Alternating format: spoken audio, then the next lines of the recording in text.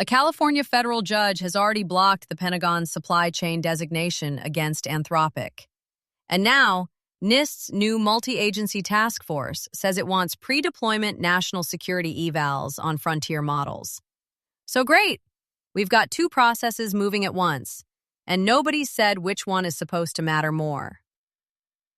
This is Anthropic Pentagon Watch. Today, we've got Judge Rita Lynn's injunction, a D.C. Circuit panel that may see it differently, and a brand new interagency eval framework entering the picture. All at the same time, with no one really saying who outranks whom. Before we go any further, if Anthropic is stuck under a supply chain risk label, does that keep it out of the NIST process while OpenAI and Google walk in and help write the standards? Because if so, that is a wild setup. That's the separation of powers problem in miniature. And for what it's worth, we've got a former FTC official on record saying the whole thing terrifies them. Let's get into it. Here's Matt Naham at Law and Crime. That same month, Anthropic separately filed a petition with the D.C. Circuit. The filing asked the appellate court to review Hegseth's determination that the company poses a national security risk. That determination, Anthropic says, was an unconstitutional and pretextual form of retaliation, and an abuse of discretion that exceeded Hegseth's authority under the law. Picking up Friday's supply chain risk fight, the D.C. Circuit panel Hegseth drew is apparently friendly to deference arguments. So now you've got the California injunction blocking the designation on one side and a potentially sympathetic appellate panel on the other. Those two tracks are moving in opposite directions. Let's say the record out loud.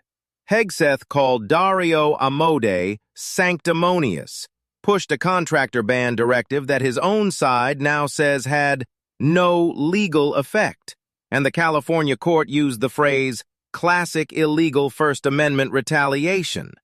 That's not a close merits fight. Anthropic's whole point is that he doesn't get to switch venues and pick up deference points after the fact. The procedural weakness we flagged 2 weeks ago just got sharper. If the Pentagon's evidence for the supply chain designation was as thin as Judge Lynn's ruling suggests, then a D.C. Circuit panel that starts from considered national security judgment is being asked to defer to the conclusion itself, not to a real process. National Catholic Register with Jonah McEwen. In a March 26 ruling, which is not a final decision in the case, Judge Rita Lynn of the U.S. District Court for the Northern District of California said Anthropic has a high likelihood of ultimately winning its case and proving that the government's supply chain risk designation violated, among other laws, the First and Fifth Amendments. Judge Rita Lynn, in the Northern District of California, March 26th, put a temporary block on the supply chain designation and said Anthropic has a high likelihood of winning on First and Fifth Amendment grounds. On paper, that's a very bad day for the government's case. First Amendment. The Pentagon designated a U.S. company a national security risk for saying things about its own technology's risks. A federal judge just said that out loud. And that's where the D.C. Circuit tension bites. One federal judge says likely unconstitutional, and a reportedly Hegseth-friendly appellate panel could hand it right back to the Pentagon on deference grounds. So you've got two federal tracks pointing in opposite directions, while the NIST task force still hasn't even picked its seat at the table.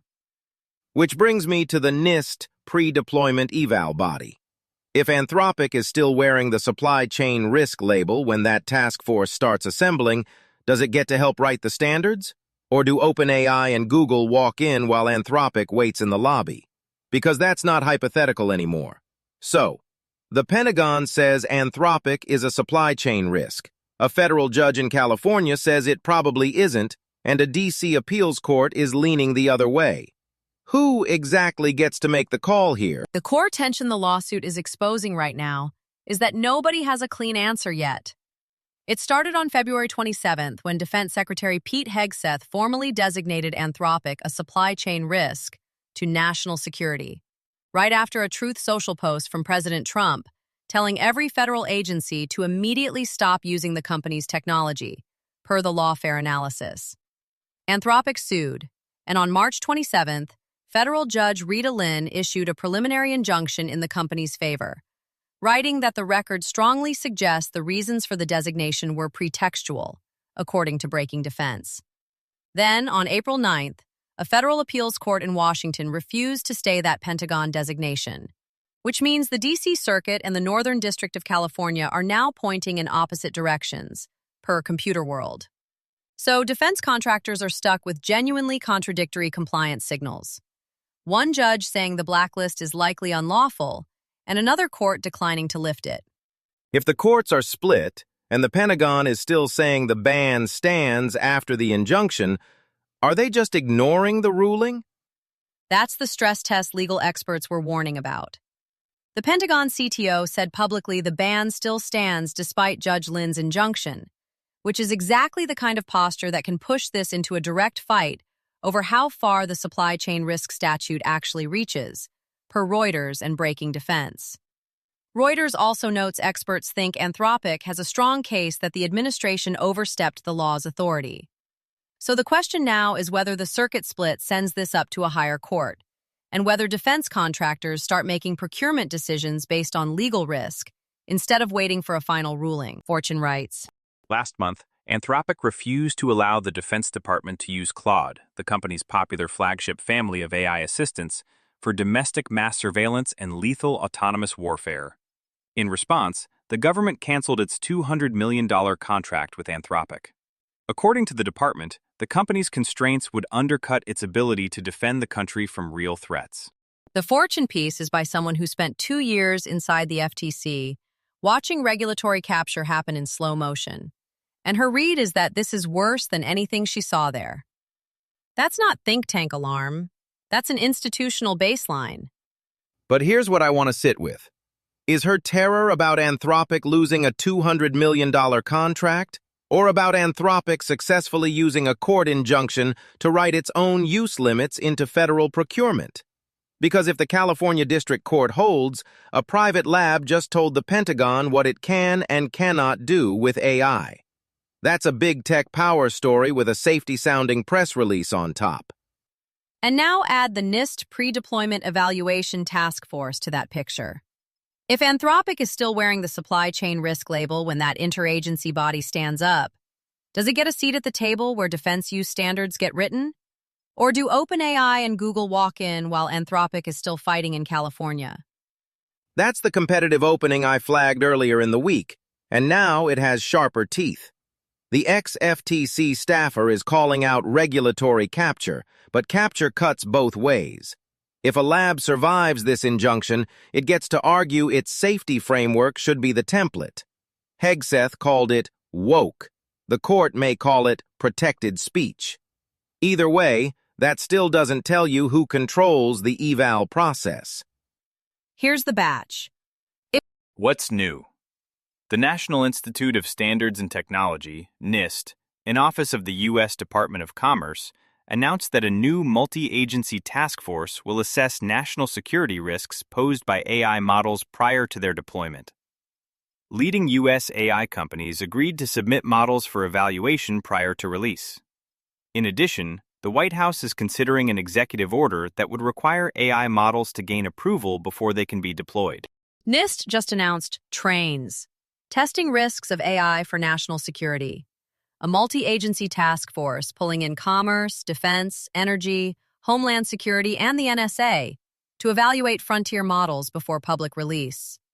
The White House spent months sounding hands-off, and now suddenly there's a pre-deployment clearance regime in the works. And here's the collision nobody's named yet. Anthropic is sitting under a Pentagon supply chain risk designation, which could lock it out of the exact interagency evaluation process its competitors get to help design. OpenAI and Google walk into the trains room. Anthropic waits in the hall. That's the direct tension. 3 weeks ago, we were asking whether Anthropic's absence from the 7-vendor classified network list came before any interagency safety review existed. And now NIST is formalizing that kind of review. So the sequencing question is very live. Did the Pentagon make its designation before or after any coordinated evaluation framework existed? Because if TRAINS is new, the answer is almost certainly before. And whoever controls the train's membership list effectively controls which models get the Safe for National Security Use stamp. That's a market access gate with federal letterhead on it. If you follow Anthropic's Pentagon ties, you might also like Musk v. Altman Daily, a daily court watch on Elon Musk's trial against Sam Altman, OpenAI, and Microsoft. Find it wherever you listen to podcasts. You'll find links to everything we covered today in the show notes. So if a story caught your attention, you can dig into the source material there. That's Anthropic Pentagon Watch for today. This is a Lantern podcast.